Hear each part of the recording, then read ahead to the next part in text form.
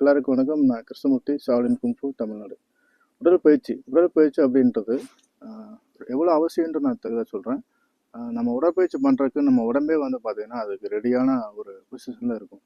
உதாரணத்துக்கு வந்து நம்ம பார்த்திங்கன்னா நம்மளுடைய உடற்பயிற்சி எப்படி பண்ணணும் அப்படின்னா, நம்ம உடம்புல இருக்கிற எல்லா ஜாயிண்ட் பகுதியுமே பார்த்திங்க அப்படின்னா, அதாவது நம்ம கண்கள் பாதத்தில் இருக்கிற ஜாயிண்ட் பகுதி வரைக்கும், ஃபிங்கர்ஸ் வரைக்கும், அதாவது காலில் இருக்கிற விரல்கள் வரைக்கும் எல்லாத்தையுமே வந்து ஸ்ட்ரெச் பண்ணணும்.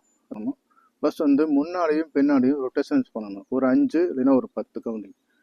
தினமும் இந்த உடற்பயிற்சியை தினமும் அப்படி பண்ணணும். ஏன்னா நம்ம உடம்போட தன்மையாக பார்த்தீங்க அப்படின்னா, முன்னாடியும் பின்னாடியும் ரொட்டேஷன் பண்ணுறதுக்கு தகுந்த மாதிரி தான் நம்மளுடைய ஜாயிண்ட் பகுதி எல்லாமே அமைஞ்சிருக்கும்.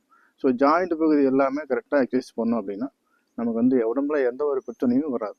அதாவது உண்மையான ஆரோக்கியம் அப்படின்றது நம்ம உடம்பு இருக்கக்கூடிய உள் உறுப்புகளான இதயம், கல்லீரல், இது மாதிரியான எல்லா உறுப்புகளுமே ரொம்ப ஆரோக்கியமாக இருக்கணும் அப்படின்னா கம்பல்சரி நம்ம வந்து உடற்பயிற்சி அப்படின்றதுக்கு ரொம்ப முக்கியத்துவம் கொடுக்கணும். நார்மலாக இருக்கக்கூடிய மனுஷங்களே வந்து உடற்பயிற்சி ரொம்ப முக்கியத்துவம் கொடுத்து பண்ணணும். அப்படிங்கிறப்போ அதை விட ஒரு படி மேலே தற்காப்பு கலை கற்றுக்கிறவங்க கண்டிப்பாக அந்த உடற்பயிற்சியை இன்னுமே கடினமான பயிற்சிகள் செஞ்சோம் அப்படின்னா நம்ம உடம்பு வந்து ரொம்ப ஆரோக்கியமாகவும் நம்மளோட உடற்பயிற்சி நம்ம தற்காப்பு கலைக்கு மிகப்பெரிய அளவில் நமக்கு பக்கபலமாக இருக்கும். அதனால நார்மல் பர்சனாக இருந்தாலும் சரி, இல்லை தற்காப்பு கலை கற்றுக்கிட்டக்கூடிய மாணவர்களாக இருந்தாலும் சரி, உடற்பயிற்சிக்கு ரொம்ப முக்கியத்துவம் கொடுங்க. ஏன்னா உடற்பயிற்சி அப்படின்றது உடம்புக்கு தேவையான சக்தியும் பலமும் கொடுக்கக்கூடியது.